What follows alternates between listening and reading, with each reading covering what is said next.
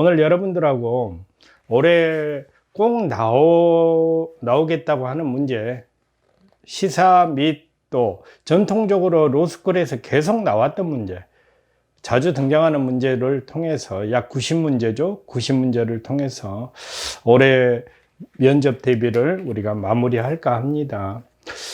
기존의 강의를 들었던 부분과 중복되는 부분도 있죠. 예상 문제이기 때문에. 그런 문제, 또 우리가 훈련을 통해서 또 스터디나 스터디 케어를 통해서 계속 했던 부분들의 문제들도 같이 수록이 되어 있습니다.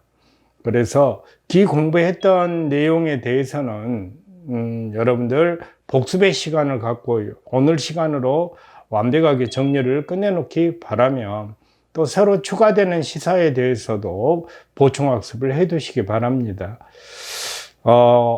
혹간에 이런 분들이 계십니다. 선생님, 90문제 공부하기 양이 너무 많아요. 혹시 제가 지원한 학교만 꼭 집어서 좀 정리해 주실 수는 없나요? 이런 분들이 계십니다. 그래서 당연히 해드려야죠. 그래서 지금 하는 게 아니고 막판에 가서, 선생님 마지막으로 면접 한 10일 전에 꼭 정리하고 갈 문제는 어떤 문제들이 있나요? 이렇게 선생님한테 문의를 넣어주세요. 그러면 제가 이 90문제 중에 학습량을 2분의 1 정도로 줄여서 목차를 보내드릴 테니까 마지막으로 반드시 이것은 알고 가야 될 문제입니다. 그랬을 때 그 문제는 꼭 정리하고 가시기 바랍니다. 작년에도 그랬지만 올해도 분명히 이 내용에서 저는 90% 이상, 95%까지 적중할 거라고 저는 자신을 합니다. 그러니까 공부 확대하지 마시고 이 안에서 여러분들 마무리하시기 바랍니다. 자, 90문제를 총 약 10시간에 걸쳐서, 오늘 내일 10시간에 걸쳐서 수업을 하게 되니까 한 문제당 산술적으로 할당된 시간은 약 9분 정도 되겠죠. 어떤 문제는 뭐 한 4분, 5분이면 끝날 수 있는 문제지만, 또 어떤 문제는 10분 이상 걸리는 문제들도 있습니다. 그래서 좀 스피드하게 진행될 거라고 미리 말씀을 드리고, 제시문을 세세하게 읽어볼 시간은 부족하게 보입니다. 따라서 제시문을 아직 혹시 안 읽은 분이 계신다면 쉬는 시간들을 이용해서 빠르게 제시문에 어떤 내용들이 있는지를 파악해 주시기 바랍니다. 자, 아울러 여러분들이 면접장에 가서 텍스트를 받아보게 될 건데, 그 텍스트의 내용이 무엇인지, 무엇을 물어보는지 잘 파악이 안 되는 경우가 분명히 있습니다. 그러나 그럴 경우 그 텍스트에서 가장 핵심적인 키워드 하나만 찾으려고 노력을 하세요. 단어 하나만 찾으려고 노력을 하고, 그 단어 하나를 우리가 공부했던 것과 매칭을 시켜 주시기 바랍니다. 그러면 분명히 매칭이 됩니다. 그 매칭을 통해서 풀어나가시면 되고, 만약에 내가 어떤 키워드와 어떤 쟁점을 연결해서 답변을 했는데 그게 로스쿨에서 본래 물어봤던 취지의 답변이 아닐 수도 있습니다. 그러나 그런 거 개의치 마시기 바랍니다. 여러분들이 쟁점으로 잡았고, 그리고 그 논리가 문제가 없다면 로스쿨 면접에서 큰 문제가 되지 않습니다. 또한 면접장에서 A의 논점을 가지고 얘기했으면 좋았는데 B의 논점을 가지고 얘기를 했다고 해서 문제가 되지 않는 것과 마찬가지로, 그런 경우 면접관이 교정을 해줍니다. 예를 들어서 그렇게 보는 시각도 타당한 것 같은데 혹시 이런 부분에 대해서 한번 얘기해 줄 수는 있겠는가? 얘기해 볼 수는 없겠습니까? 이렇게 면접관이 교정을 해줍니다. 그러니까 절대 당황하지 마시고 우리가 공부했던 대로 여러분들은 그 키워드 그리고 그 쟁점에 대해서 매칭을 하고 답변을 해 주시면 됩니다. 한 가지 더 첨언하면, 토론 면접이 있는 학교나 집단 면접이 있는 학교는 제외하더라도 그 외의 학교에서 자기소개를 시켜보는 경우가 대부분입니다. 설령 안 시킬 수도 있어요. 그러나 시켜본다고 생각을 하고 반드시 자기소개에 대해서 1분에서 1분 30초 준비하시고 그 내용의 흐름은 여러분들의 다시 한번 정리합니다. 적어 주시기 바라고요.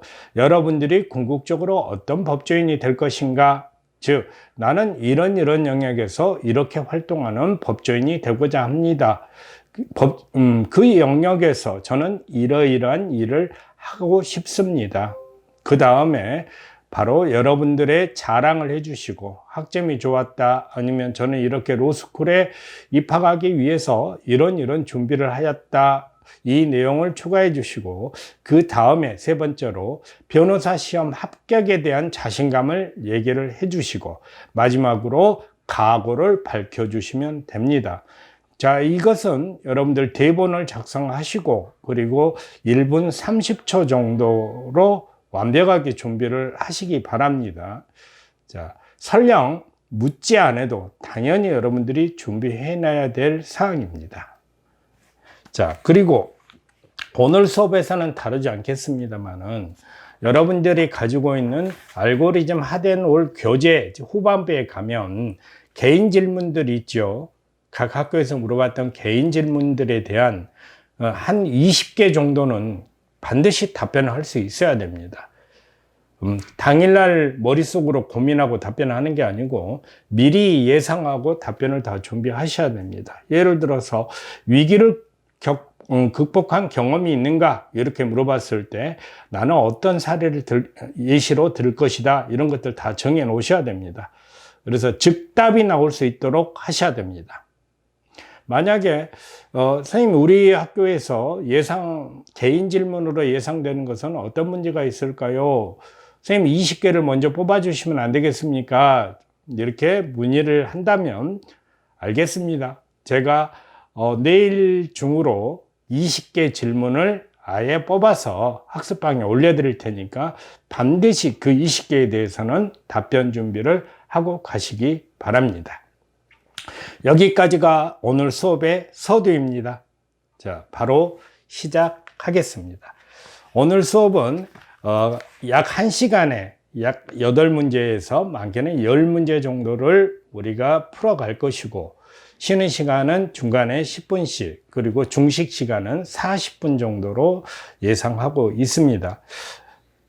강의의 기본 패턴은 제시문에 대한 간단한 분석 후에 이 문제에 대한 쟁점, 그리고 그 다음으로 이 문제를 풀어내는 원칙과 기준, 그리고 세 번째로 사안에 대한 판단, 네 번째 결론, 그리고 다섯 번째 예상되는 반박에 대한 재반박, 이렇게 5가지 순을 원칙으로 해서 모든 문제를 설명하려고 하니까 여러분들도 그 틀을 아예 챙겨 놓으시고 그 틀에 맞춰서 메모를 하신다든지 아니면 여러분들 자료에다가 밑줄을 그어 놓으시기 바랍니다. 자, 제 1번 문제 봅니다. 평등 문제는 로스쿨에서 역대 로스쿨에서 차지하고 있는 비율이 25% 정도 되신다고 보아야 됩니다. 그만큼 평등에 대한 문제는 가장 빈출되는 영역이고 반드시 알아야 될 문제입니다. 자, 지금 우리의 가장 핫 이슈는 평등법 제정에 대한 부분이죠. 일명 포괄적 차별금지법이라고 명명하기도 합니다. 그런데 국가인권위원회에서 포괄적 차별금지법 이거보다는 보다 적절한 명칭이 평등법이다 이렇게 얘기를 해서 그 이후로는 평등법으로 명칭하고 있습니다. 자, 포괄적 차별금지법이라고 했기 때문에 개별적 차별금지법도 분명히 있겠죠. 포괄적이라고 했기 때문에. 자, 상대적인 말은 개별적 차별금지법이겠죠. 그러면 이 개별적 차별금지법은 지금 현존한다는 얘기죠. 일예로 장애인 차별금지법 이런 것들이 개별적 차별금지법에 해당됩니다. 그러면 포괄적이라고 했기 때문에 무엇을 포괄하는가, 이 대목을 여러분들은 아셔야 되겠죠. 자, 평등법이라고 하기도 하고 포괄적 차별금지법이라고 하기도 합니다.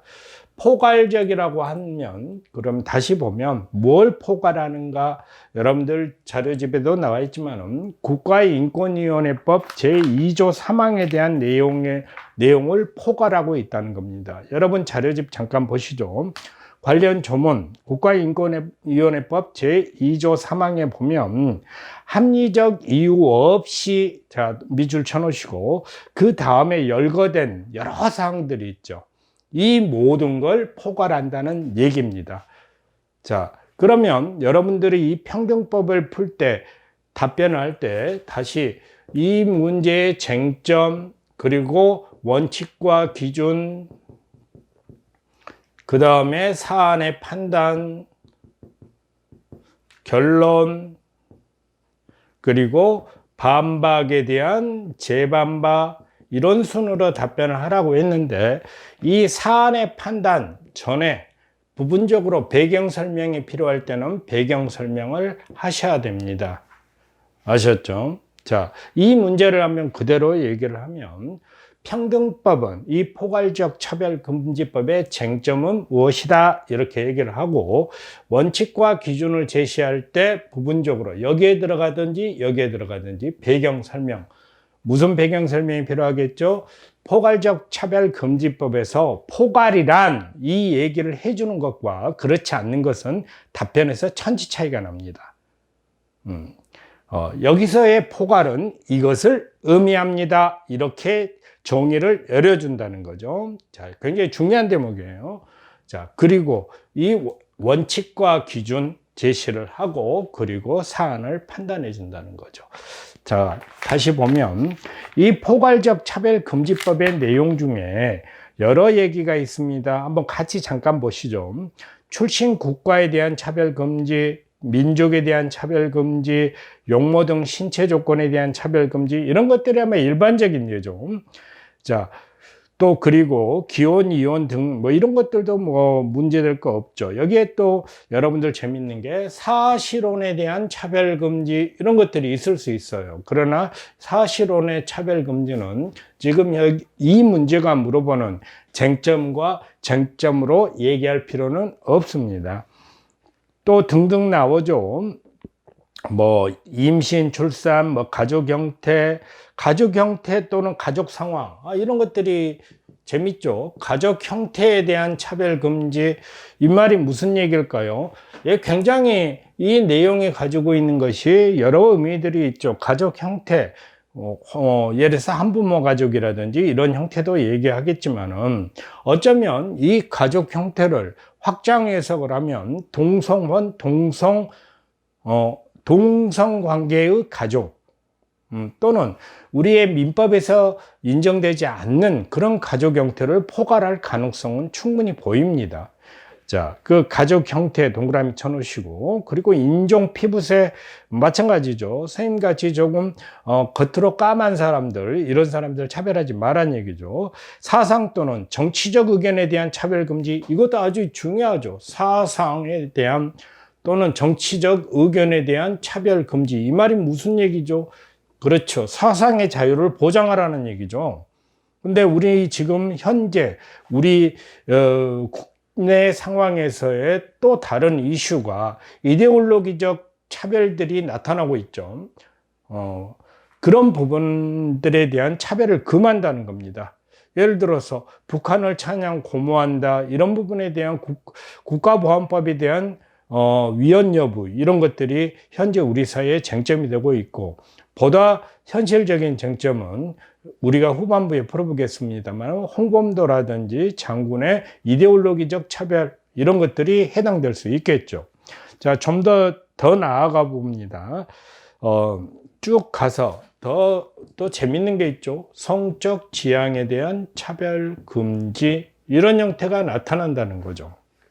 자, 다시 보면 국가보안법 제2조 3항에서 언급하고 있는 이 포괄의 개념은 전체에 대한 얘기지만, 그 중에서도 쟁점이 되는 것은 바로 가족 형태나 사상, 성적 지향, 이런 내용들이 화두가 되고 있다는 겁니다. 화두가 되고 있다는 것은 이에 대해서 반대 의견들이 존재를 한다는 거예요. 그 외의 상황에서는 크게 반대 주장들이 강하지 못합니다. 그러나 가족 형태나 사상의 자유, 그리고 성적 지형에 대한 자유에 대한 것은 사회적으로 서로 논쟁이 되고 있기 때문에 여러분들은 포괄이라는 단어에 대한 설명을 해야 되고, 그 중에서 특히 쟁점이 되는 이 세 가지를 언급을 같이 해주는 게 바로 배경 설명이 됩니다. 아시겠죠? 어렵지 않죠? 자, 그래서 이 포괄적 차별금지법에 대해서 반대하는 주장 측의 입장을 보면 대부분이 종교적 이유이고 이데올로기적 이유입니다. 무슨 이유라고요? 종교적 이유, 그리고 이데올로기적 이유입니다. 자, 이 포괄적 차별금지법은 이 반대 의견에 대한 내용을 다 숙지하고 있어야 됩니다. 최소한 2가지 정도는 숙지를 하고 있어야 돼요. 다 열거는 못하더라도 종교적 이유에서의 한두 가지, 그리고 이데올로기적 이유에서 한두 가지 정도를 얘기를 해주고, 즉 반대 입장이죠. 얘기를 해주고 이에 대해서 반박을 함으로써 나의 주장을 끌어갈 수 있게 됩니다. 자, 다시 한번 그러면 답변을 얘기해 보면, 이 문제는 합리적 이유 있는 차별에 대해서 묻고 있습니다. 딱 이렇게 얘기를 해도 되고, 이 문제의 쟁점은 정치사상적 자유, 또는 성적 지향에 대한 자유, 또는 동성혼에 대한 합리적 이유 있는 차별을 묻고 있습니다. 이렇게 답해도 상관이 없습니다. 자, 쟁점을 언급하는 것이 바로 우리 강길 스터디의 가장 두드러진 특징이죠. 자, 아직도 조금 훈련이 덜 돼서 선생님이 스터디 케어 때 물어보면 쟁점을 놓치는 경우가 있는데, 이제는 대부분이 잘 하고 있습니다. 아주 고무적이죠. 그게 강길 스터디를 뽐낼 수 있는 가장 핵심적인 사안이죠. 자, 쟁점 얘기해 주시고, 자, 그리고 원칙과 기준은 뭐죠? 원칙과 기준은 바로 포괄적 차별금지를 설명을 하면서 국가인권위원회법 제2조 3항을 들면 됩니다. 아셨죠? 자, 그 다음에 사안을 판단함에 있어서 국가인권위원회법 제2조 3항에서 특수한 상황은 개별적 차별금지법으로서 금지하고 있는데, 이 금지하고 있다는 것은 금지 플러스 책임까지를 얘기를 합니다. 즉, 장애인을 차별했을 때 차별한 경우는 그에 대해서 책임을 지우겠다, 여기까지 언급이 돼 있지만은 그 외에 이 개별적 차별금지법에 포함되지 않는 사항에 대해서는 선언적 의미만을 갖고 있고 그에 대한 책임 조항이 없는 게 바로 한계가 된다는 거죠. 무엇이 한계라고요? 책임 조항이 부재한 게, 책임 조항이, 즉 책임이 부재한 부분이 이 현재 국가인권위원회법의 문제점이라는 거죠. 따라서 포괄적 차별금지법을 통해서 무엇까지, 책임의 영역까지 강화하고자 하는 것이 바로 평등법이자 포괄적 차별금지법이다, 이렇게 설명해 주시면 됩니다. 바로 이것이 배경 설명이자 원칙이 되죠. 다 이해되시죠? 복습이죠, 어떤 분들한테는. 그래서 책임조항의 부재의 문제점을 여러분이 제시를 하고, 따라서 이 책임조항의 부재 문제를 얘기를 하고, 플러스 그 다음에 반대 입장에 대한 주장을 조목조목 반박을 해주면서 결론에 이를 수 있게 됩니다. 자, 이게 답변의 흐름입니다. 아셨죠? 자, 마지막으로 예상되는 반박에 대한 재반박을 따져보면 무엇이 예상될 수 있겠죠? 자, 가족 형태에서 동성혼에 대한 부분을 에 대한 반박이 나올 수 있겠죠. 우리 민법에는 남녀의 결합을 가족이라고 얘기를 합니다. 가족의 성립 요건 중에 남녀라는 조항이 그대로 들어 있습니다. 남녀의 결합. 자, 우리 민법이 남녀 결합이고 가족이라는 것은 공동체 구성의 최소 단위로서 사회 구성원을 재생산하고 양육하는 것을 목적으로 한다. 그런데 동성원 가족은 재생산은 물론이거니와 양육은 가능하더라도 재생산을 할 수 없는데 어떻게 가족이라고 할 수 있느냐, 이런 반박이 나올 수 있겠죠. 그에 대한 반박을 면접관이 물어보기 전에 여러분들이 아예 답변 속에 포함시켜 놓으라는 겁니다. 아셨죠? 이런 반박. 그래서 답변의 마지막에 혹자는 이렇게 주장하는 사람도 있습니다. 저는 이에 대해 이렇게 반박하고자 합니다. 이렇게 해서 이상입니다. 이렇게 맞춰달라는 겁니다. 아셨죠? 다시 그러면 동성혼에 대한 가족 구성원의 재생산에 대한 반박을 한다면 과거에 우리 가족의 형태는 당연히 사회 공동체 구성원의 재생산이 가족 존립의 목적인 것은 타당하다. 지금도 그 목적이 바뀌지는 않았으나 현대사회에 오면서 아이를 낳는 것은 의무가 아니고 권리의 시대로 바뀌었다고 보아야 한다.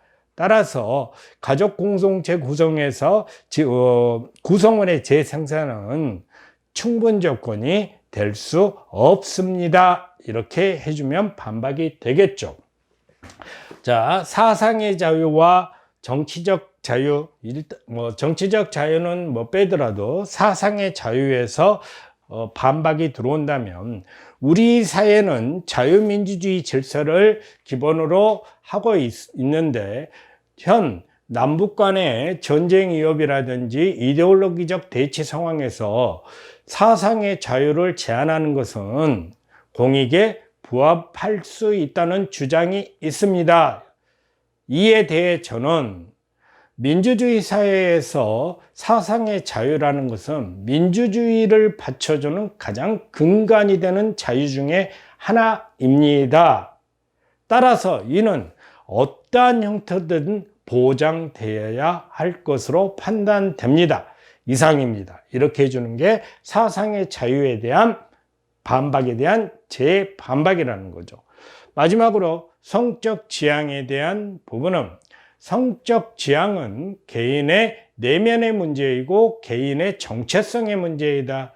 정체성에 대해서 옹호되어야 하는 것은 인간으로서 기본적으로 가져야 될 그 기본권에 대한 옹호임은 물론이거니와 그 정체성에 대해서 사회적 분위기, 즉 어떤 사회가 특정 지향에 대해서 반대하는 것은 그 사람의 인격을 인정하지 않게 되는 것이므로 민주사회를 지향하는 우리 대한민국에서 성적 지향에 대한 차별은 있어서는 안 될 것으로 보입니다. 이상입니다. 이렇게 조목조목 반박해 준다면 오히려 좋겠다는 생각이 듭니다. 여기에서 잠깐 여러분들 살펴봤을 때 조목조목 이 부분에 대해서 반박을 먼저 했다면 마지막에 이 반박에 대한 재반박은 필요 없게 되겠죠. 자, 이런 문제들 여러분들 준비를 할 때 이 순서대로 여러분들이 혼자 거울을 보면서라도 개인 훈련을 최소 한 5번 정도만 해주시면 여러분들 것이 완벽하게 될 것입니다. 자, 1번 문제 마치고